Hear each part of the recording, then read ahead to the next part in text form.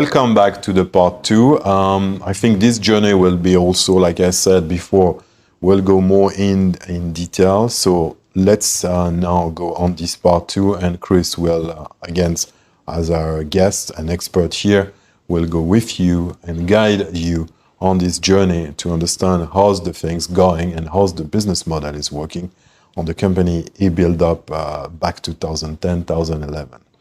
Thank you very much, and please enjoy this.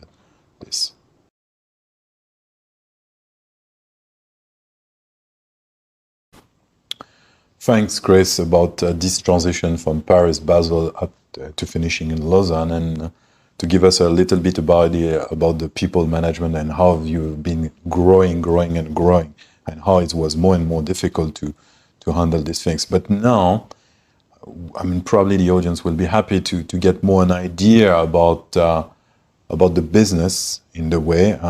We know that you started with these ideas coming from more like a US to this, I will say, conservative, and it's always something I like to say, especially in my podcast, talking about the evolutions of Europe versus US, and especially on the term of the business model. So I think for our audience, when we have been it's like, how's the things doing in Lausanne when the size was quite big, I will say, and how was your business model at that time? Because probably you get a mature business model at that time.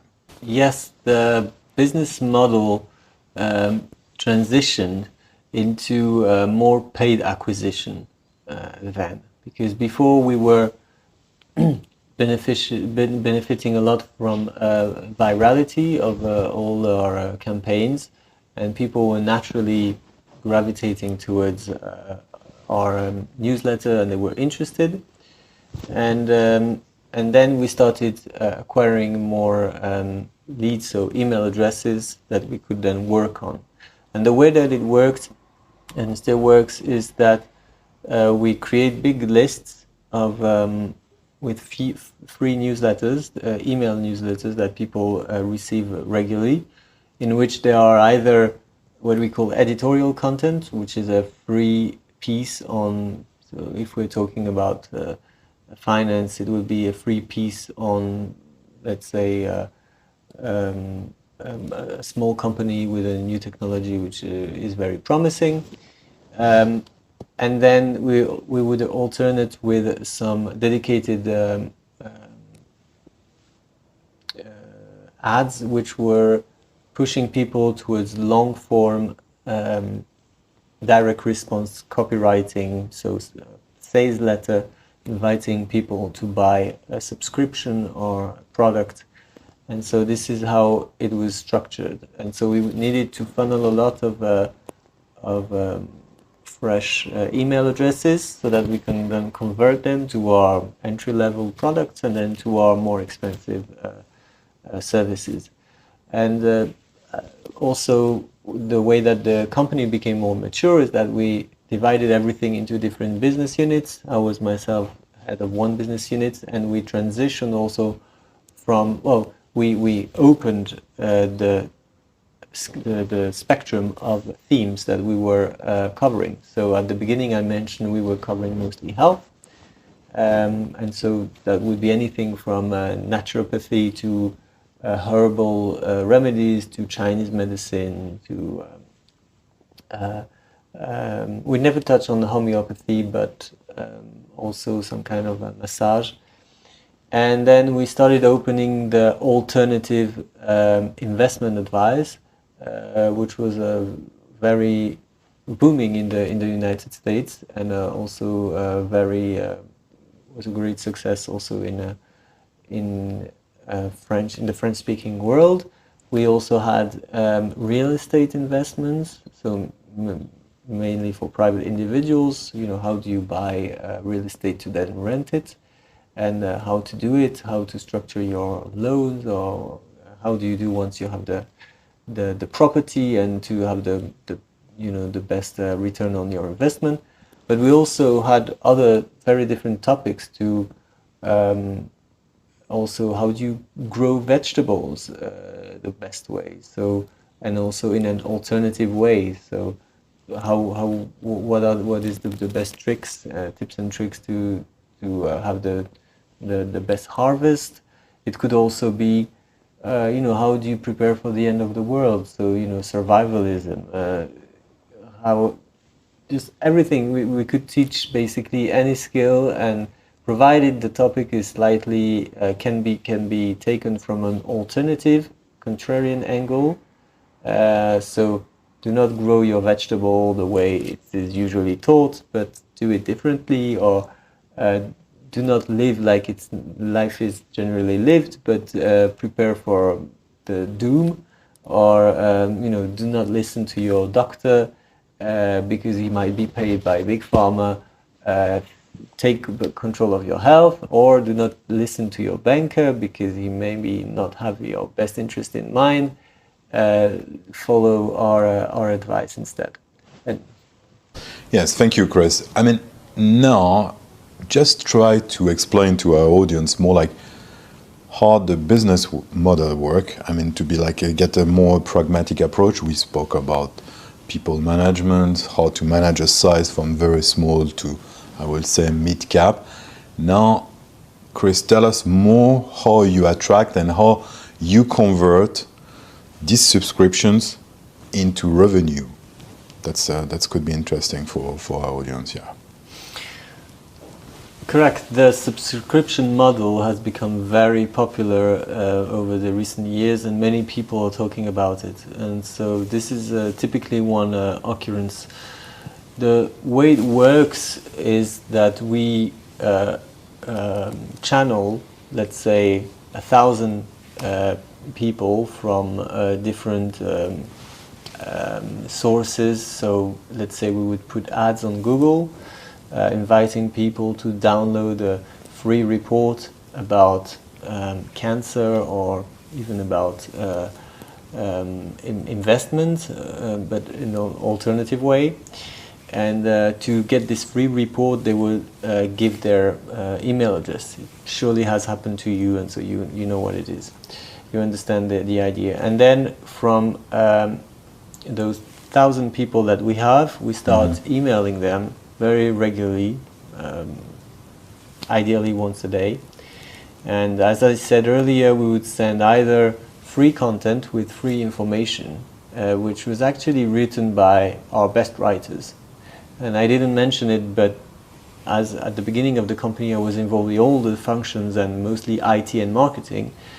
But I transitioned gradually into writing. And so I became an editorial writer, copywriter, and I really train and hone a way of using my brain to capture what's interesting in those topics, which are specialized, and trying to deliver it to people in the best way. And so I was writing to more than 500,000 people, and this was my newsletter, and I was telling them about nutrition and herbs and all those remedies, and trying to make it interesting.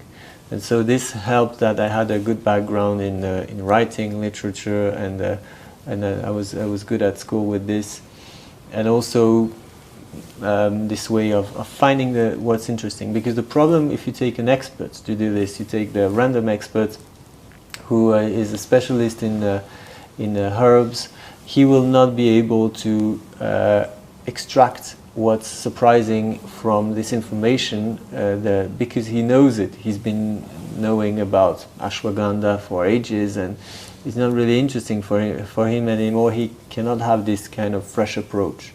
But a good writer, curious writer, can do a better job. And so then, as I said, we would send this free content, which was very high quality, and get people hooked on this, and they would start opening the emails and then clicking on our ads, which would lead to long form copy, where we would tell a whole story of how, taking control of your life, and instead of just being in the back seat and letting your doctor do everything for you and trusting him blindly, you should maybe get educated a bit more and read about it and think about what's your doctor's vested interest he might have in giving you this drug instead of another, and that drugs, you cannot just take drugs and expect to just cure magically. You need to make changes in your life, have better habits. And so if we transition quickly to finance, it would be a bit the same. You cannot just blindly give your money to your banker and think that it's going to grow in the best way. Maybe you should diversify, try a little bit yourself, and not put everything on the top stock, but also maybe try risk a little bit of it on very small caps, and or try something else. And so this was the idea behind, and the way that we would convince people to actually take the monthly subscription. And so the month. So you didn't change so much about your original idea about the free thinkers. I mean, you tried to guide the people to go on an alternative way. You think there is not one answer, but there is probably multiple answers, and that's why I say you didn't change in the way you have been originally thinking about be a free thinkers looking for alternatives. So that's why you move. It's a very interesting journey for you, because, like you say, you started like to be a coder at the beginning, now like being a content writer. Yes. And that's things, and for you, like you say, you don't want to be an expert, but you want to understand what the people are expecting, and reminding, like I will say, no, because you will start also, like you say, your journey with lobbying the things on the political side, try to keep a neutral approach, and providing to the audience also a neutral approach. Could be like finance, like you said, but also on the health side. Yes, just offering a different view, alternative worldview, reality, and letting ideas clash, and may the best win. So this was the idea behind, and also I think, we've heard a lot about personal development. Taking control of your life is something that they repeat all the time, and this was just the same. Take control of your health, take control of your finance, or anything, but just be active and train yourself for your whole life. Be active about and intentional about what you do, and so this is the philosophy behind. Never accept like ready-made things. Always try to challenge when you do something, like, okay, yes, let's this, and I think we are on this age, probably that's why it's interesting. We're at this age, we need to challenge the things, and I think like the artificial intelligence helping us to propagate, like internet, like was also at that time, we try to spread the knowledge, because more you are knowledgeable, more you are capable also to be a critics, which could be not so good for the politics, that's for sure. But it's also helping self-development to be the better version of yourself. So that's why I think I understand that was your original missions, and I think you never change it in a way. And this is also why Switzerland is such a good place. It's also the same philosophy that is behind Switzerland, and taking control of your destiny, not letting other big countries around you rule and be your master. So it's the same idea. And so from this monthly, so the monthly newsletter, so the paid one, which were sent either by mail, so paper printer version or electronic version, there we hired experts, so doctors or others that would write it, and it would be usually there would be long articles, or it would be one topic, and it was a bit more like classic publishing, but still with the alternative twist. The way even the graphics and the way that it's designed is nothing like anything you've seen, because we're trying to create a different object. It's not just a random magazine for architecture. It's just a specialist publication. It's not either for professionals, like for doctors and scientists. So it's not a medical journal either. It's kind of in between. But they are taking the research, and those experts digesting it, and then teaching people, what's the best way to change your diet, to help with a heart disease. In what way can the Mediterranean diet help you? And all those things, and trying to push new ideas. And I haven't talked about this also, but we are in the business of pushing marginal ideas towards the center, towards the mainstream, and seeing what sticks. And so we were constantly trying out new alternative and maybe sometimes crazy ideas that people would think, oh, this is just nonsense, and see. And probably we all have heard about things that were considered a conspiracy before, or something completely false that turned out to be true. And this is a job in life of, you have the early adopters, the laggers, and the people in between. And so our job was to do this with each of these topics. So back in 2014, I think not a lot of people in the mainstream were interested in ETFs or even cryptocurrencies. It was really just for specialists. And then suddenly there was a boom, and your taxi driver in 2016-17 started talking to you about Bitcoin. And so this is exactly that. We were trying to push these ideas and to identify them. So this is where also the value comes. And so this is the subscription, monthly subscriptions, what was really a game changer and made the business more money than before, was that it was people would subscribe for 12 months, but because we had either the credit card informations, or we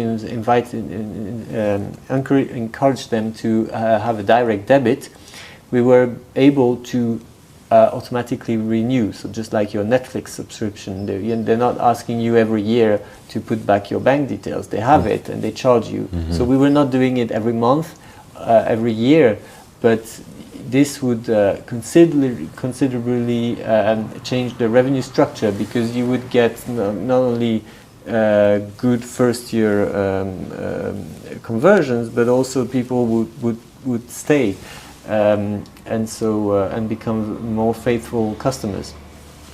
And from there, because those subscriptions mostly cover the cost of the acquisition, so you're not making a lot of money on this.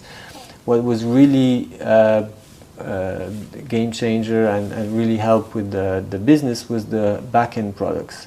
So from the probably 10% of people, from the 1,000 that we took at the beginning, who would take a monthly subscription, we would aim at 10%. So we have 100 now, and these 100 people who have are the entry-level paid customer, we would then push to them much more expensive products. And so for health, it would be either a specialist video program on, let's say, herbal remedies, how to actually make them, buy them, or how do you go in the forest. And so we would film people, experts, what plants you can pick and what you can do with it. But we would also sell supplements, food supplements that we would manufacture, and so this would also, we talk so much about vitamin D, why don't you buy it from here? We have a good source, and we can explain you why it's better than the others, because it has, it's vitamin D3 combined with a vitamin K2 Mark 7, and so this is the best. And then we also for finance, it would be more specialist trading programs, etc. And so all those much more expensive products would cost maybe, sometimes they were monthly subscriptions, so there we would charge a bit more, but they were more in the maybe 200 to 1,000. In finance, we could charge certainly more, because it's money and people are used to paying more than for health. So it's based on the product. I mean, if it's health, you have okay, it will need to cost this. So you really assess in the way. But what I like, it's your agility to move from health subject to finance subject. I mean, that was the thing. So that's really, you've been very agile in the company to move from one topic to another. Yes, I mean, myself, I've done a little bit of copywriting for finance, but very little. I was more in health, although my background was in economics, and I could have perfectly probably more adequately done the job than health. Although now I'm also, we have a lot of doctors in the family, and so health was also a big topic, and I'm very interested in it now. And yes, so just adapting to trying to create also adapt this new business model to something else. And this is for me what's most important. It's to not try to innovate all the time, and so clash ideas together. Say, okay, we've been doing this business model, we've been applying to this. How about we try applying it to something else? And we even we went so far as to create a bread subscription, but a very special bread which was made from ancient wheat and which was more digestible, and the bread was actually pre-baked, so it would come to your door. Not that you have to bake everything, because it's quite tricky. I mean, you have the hydration level, but it was in a pouch, plastic pouch, and you would just have to it was par baked, and you would have to finish the baking at home. But also, you know, trying to, so this sort of worked. It was not the biggest business, but again, you know, trying to find another way. It was called the Origins bread, and because we were crafting a whole story about, you know, Mesopotamia, and you know, the way that we actually found some. I don't know if you've heard, but in some archaeologues have been able to get so the bread can actually grow and rise either from modern when you have sourdough bread, it's made from natural bacteria that are in the air, and so you can actually, in certain archaeological spots, get some from very old source, and so bake a bread that would be with the same microorganism than you would have from thousands of years ago. And so when you get people's imagination pumped up with this kind of ideas, then you're able to sell this product. And so this is also the job of the copywriter, and trying to think of ideas. No, I mean, it's incredible, your agility, like I say, to move from healthcare to finance, and now finally like a very niche something. But I think it's also interesting because you start as a niche player in the way and move in a certain directions. Thank you very much for your time. I hope you enjoyed this part 2. You enjoy also this journey. We will try to go on the new episode. We will go with Chris, and he will explain what he's doing at the moment, how his new idea, and now, as we know, he moved in a fast way. As we say, it was interesting to move from health, finance, and finally in the Mesopotamian, how they used to do the bread, a healthy bread. So if you have been interested about the journey of Chris, stay with us. If you want to know more about him and what he has to offer now, stay with us. So thank you very much for your time. Get the disclaimer at the end, and hope to see you on the new episode. Thank you very much.